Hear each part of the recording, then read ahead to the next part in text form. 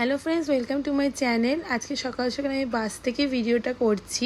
বাসের অবস্থা পুরো ফাঁকা আমি আর মাত্র একটা প্যাসেঞ্জার। কতদিন পরে আমি 21/1 বাসে উঠলাম। আমাদের বিহালার এখান থেকে যায় কদমতলা অবধি, কিন্তু অনেক দিন পর। হয়তো ভিডিওটা একটু কেমন হেজি এসছে, চাই না কেন ক্যামেরাটা দেখছিলাম এরকম হয়েছিল, আর আমি আলোতে এত রোদে আমি বুঝতে পারছিলাম না। তো নেমে পড়েছি আমি যেখানে যাব সেটা হলো কদমতলা। আমার সবথেকে প্রিয় আর কাছের মানুষের বাড়ি যাব আমি আজকে। তো এখান থেকে আমি জার্নিটাকে বলছি। এইখানে অলমোস্ট কিছুটা আসার পরে আমি এই দিক থেকে দেখাচ্ছি।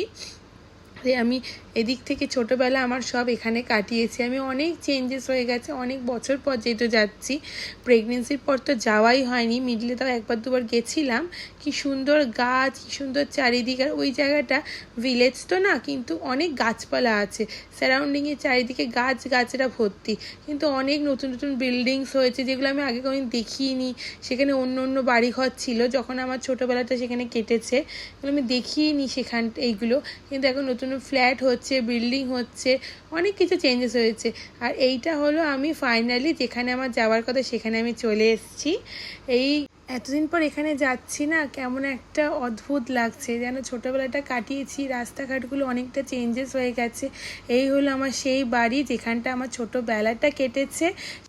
এটা হলো আমার দিদামার বাড়ি। এখানে আমার দিদা, মামা, মামি আর বোনু থাকে। চারিদিকে গাছ, কত গাছ চেঞ্জেস হয়ে গেছে। 2 বছর যে আমি যাইনি, 2 বছর, হ্যাঁ 2 বছর যে আমি যাইনি, সেই 2 বছরে বাড়িটা কত বড় হয়ে গেছে, কত চারিদিকে জিনিসগুলো কত চেঞ্জেস হয়ে গেছে। মনে হয় যেন যে এইগুলো আমি দেখিনি। এটা হলো আমার মামি, যে দরজা খুলতে এসেছিলো। মামি জানতো না, হয়তো বাইরে থেকে আওয়াজ পেয়ে হয়তো এসছে যে আমি গেছিলাম বলে। কিন্তু এতদিন পর দেখে না কেমন একটা মনে হচ্ছে না এখানে থেকেই যাই। কেন ছোটোবেলার প্রত্যেকটা স্মৃতি যেন চোখের মধ্যে ভাসছে। আর আমার ওই বাইরে থেকে আর ঘরের মধ্যে ঢুকতে ইচ্ছা করছিল না। মনে হচ্ছে বাইরে কত কিছু, যেখানে আমি খেলতাম ছোটোবেলায়, ঘুরে বেড়াতাম। এত গাছ, তখনও গাছপালা ছিল কিন্তু অনেক অন্য গাছগুলো ছিল। এখন অনেক অন্য গাছ হয়েছে, সেগুলো মানে মনে হচ্ছে না এখানটাতেই আমি থেকে যাই। আমি আর ভেতরে যাবো না। ভেতরটা একটু খারাপ অবস্থা হয়ে গেছে এখন, কিন্তু এই দিকে দুটো ঘরে একটু নোংরা, একটু খারাপ অবস্থা হয়ে গেছে। কিন্তু ভেতরটা আরও উপরে আরও দোতলা যেগুলো করছে সেগুলো নতুনভাবে করা হচ্ছে, তাই জন্য এগুলোকে একটু ইগনোর করো। আর আমার এটা মামি, আর এখানটা একটু ভেঙে গেছে, এগুলো সব ঠিক করা হবে। কিন্তু তাও আমার এটা দিদামার ঠাকুর ঘর। সে ছোটোবেলায় যখনই কোনো প্রবলেম হতো এই ঠাকুরের ঘরের সামনে এসে বসে সব করতাম। এগুলো সব কিছু জিনিস নতুন হয়েছে, কিছু জিনিস পুরনোও রয়েছে। ঘরের থেকে আমার বাইরেটাই বেশি ভালো লাগছিল। চলো আমি তোমাদেরকে আরও কিছু গাছ দেখাই। পেছন দিকেও অনেক গাছ আছে। এই দিক থেকে যাওয়ার পরে দেখবে ওইখানে আরও অনেক কচু গাছ, অনেক বিভিন্ন ধরনের গাছ আছে। আর ওইখান থেকে আমি কিছু ফল পারবো।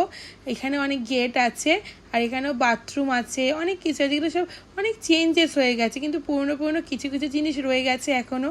এই যে হলো দিদামাদের গাছের লেবু গাছ, কচু গাছ, এখানেও আম গাছ আছে। আর আমি লাস্টে এখানে গেছিলাম পেছন দিকে কিছু লেবু পেরে নেবো বলে। দিদা বলছিল যে লেবু হয়েছে অনেকগুলো নিয়ে যা।